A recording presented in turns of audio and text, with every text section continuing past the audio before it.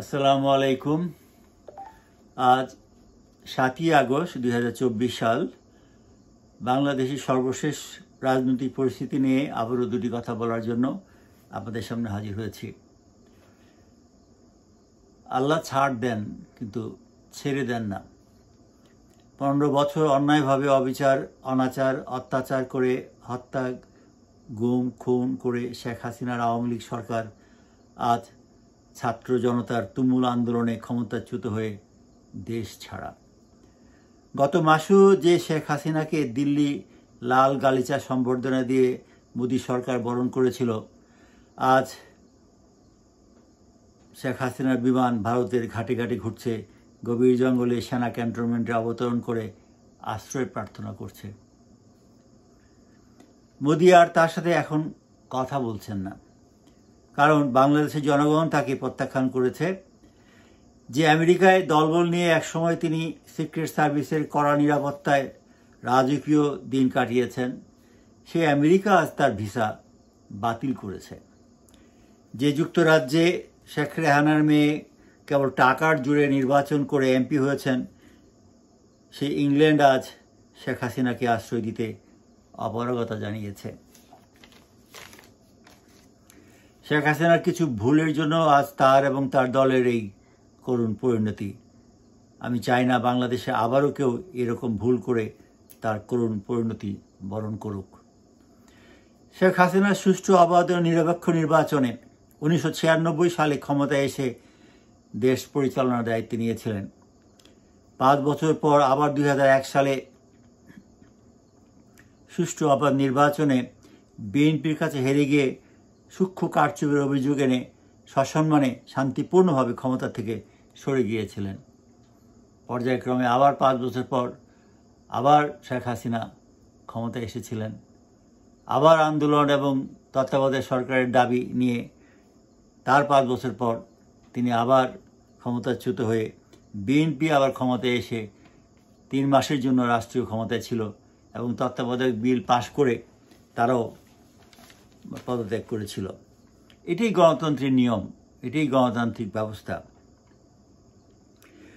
তারপর 2018 এবং 24-এ বিভিন্ন পদ্ধতিতে 16টা বছর জোর করে ক্ষমতা আটকে থাকলেন।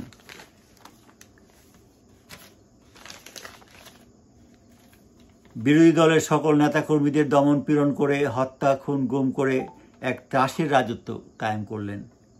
প্রশাসন, পুলিশ, বিচার বিভাগ, সেনাবাহিনী, এমনকি নির্বাচন কমিশন পর্যন্ত তার দলীয়করণ বা ব্যক্তিগত প্রতিষ্ঠানে পরিণত করলেন।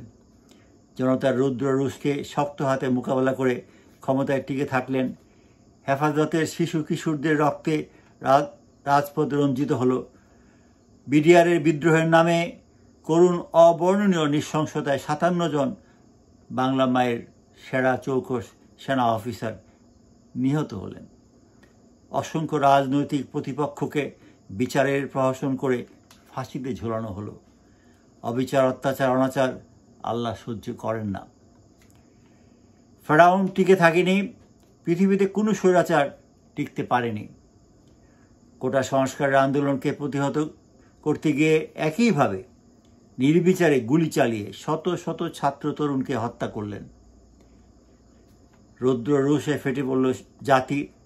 কারফিউ ভেঙে গণভবন ঘেরাও করতে ছুটে এলো বাঁধ ভাঙ্গা স্রোতের মতো লক্ষ লক্ষ ছাত্র জনতা, রাজনৈতিক প্রতিপক্ষ, সাধারণ মানুষ।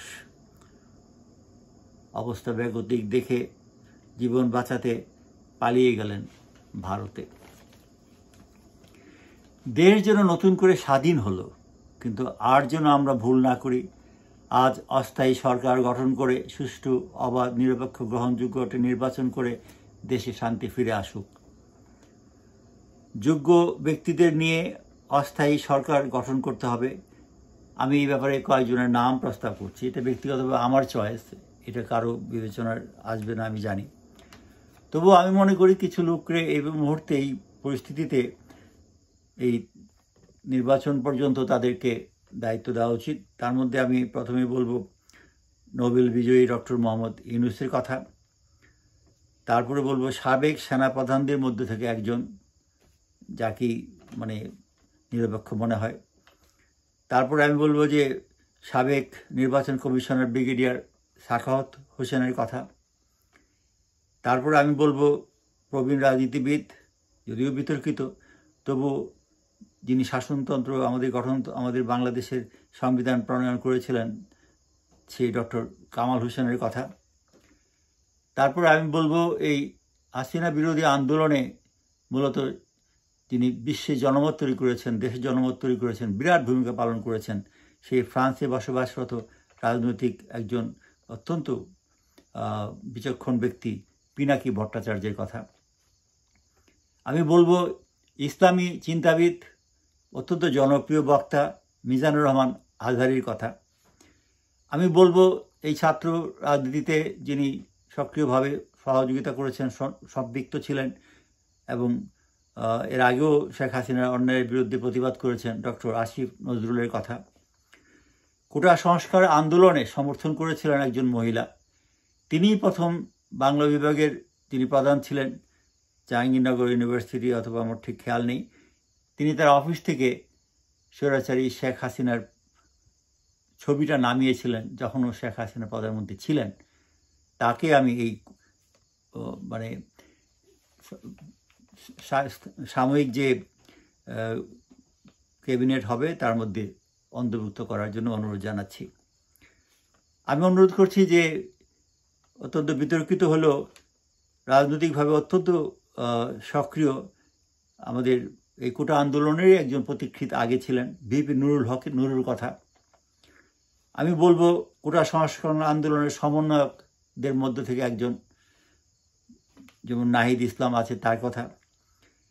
আমি বিশেষ করে বলবো সাবেক প্রধান বিচারপতি, যিনি শেখ হাসিনার কোপানলে পড়ে দেশ ত্যাগ করেছেন, অত্যন্ত বিচক্ষণ রাজনীতিবিদ, না অত্যন্ত বিচক্ষণ বিচারপতি। উনি প্রথম শেখ হাসিনার অন্যায়ের বিরুদ্ধে প্রতিবাদ করেছিলেন, বিচারপতি সুরেন্দ্রনাথ সিনহার কথা। এগুলো নিতান্তই আমার নিজস্ব বক্তব্য। যদি এদের থেকে নেওয়া যায় আমি খুশি হব এবং দেশবাসীও মনে হয় এটা গ্রহণ করবে। আমি চাই দেশে অরাজকতা বন্ধ হোক, আওয়ামী লীগ নেতাকর্মীদের উপর প্রতিহিংসা প্রতিশোধ বন্ধ হোক, জাতির জনক বঙ্গবন্ধু শেখ মুজিবুর রহমানের মোরাল বা ছবি ভাঙচুর করা বন্ধ হোক, মন্দির গির্জা বা হিন্দু সম্প্রদায়ের পূর্ণ নিরাপত্তা নিশ্চিত করা হোক, পুলিশ বাহিনীকে সুসংগঠিত করে আইন শৃঙ্খলা ফিরিয়ে আনা হোক, দলীয় বিবেচনায় যে সব ব্যবসা, bank, television station Sheikh Hasina দিয়েছিলেন সেগুলো জাতীয়করণ করা হোক। এরাই শেখ হাসিনার চামচা হয়ে শেখ হাসিনার হাতকে শক্তিশালী করে জনগণকে বিভ্রান্ত করেছে। এদের সবাইকে চিহ্নিত করা হোক এবং এদেরকে অবিলম্বে এই টেলিভিশন কেন্দ্রগুলোকে বন্ধ করে জাতীয়করণ করা হোক। প্রধানমন্ত্রী, রাষ্ট্রপতি, এমপি 2 টার্মের বেশি কেউ হতে পারবেন না। এটা এই সময় করা হোক, যাতে মানে গোষ্ঠীসুদ্ধা বংশগতভাবে আর কেউ ক্ষমতা থাকার দুঃস্বপ্ন না দেখে। দুর্নীতি সুনির্দিষ্ট অভিযোগ রয়েছে এবং সুষ্ঠু বিচারে সাজাপ্রাপ্ত হয়েছেন এমন সকলকে রাজনীতি থেকে নিষিদ্ধ করা হোক। সংসদ ভেঙে দেওয়ার 3 মাসের মধ্যে নির্বাচনের সাংবিধানিক বাধ্যবাধকতার কারণে নতুন করে নির্বাচন কমিশন গঠন করে সুষ্ঠু, অবাধ এবং নিরপেক্ষ নির্বাচন ব্যবস্থা করা হোক। রাজনৈতিক দলগুলোকেও গণতান্ত্রিকভাবে পরিচালনার জন্য, যেমন অন্যান্য উন্নত গণতান্ত্রিক সিস্টেম রয়েছে, ব্যক্তিগত ইচ্ছায় ব্যক্তিগতভাবে নমিনেশন দেওয়া, টাকা খেয়ে নমিনেশন দেওয়া, এগুলো বন্ধ করে একটি রাজনৈতিক প্রক্রিয়ার মাধ্যমে দলের নিম্ন স্তর থেকে যাতে নির্বাচিত হয়ে তারা নমিনেশন পায়, এই ধরনের একটা সিস্টেম চালু করা হোক। এটা নিতান্ত আমার দাবি। একজন মুক্তিযোদ্ধা হিসাবে, একজন দেশের সাধারণ নাগরিক হিসাবে এই কথাগুলো আমি বললাম, আপনারা বিবেচনা করবেন। আসসালামু আলাইকুম। বাংলাদেশ চিরস্থায়ী হোক।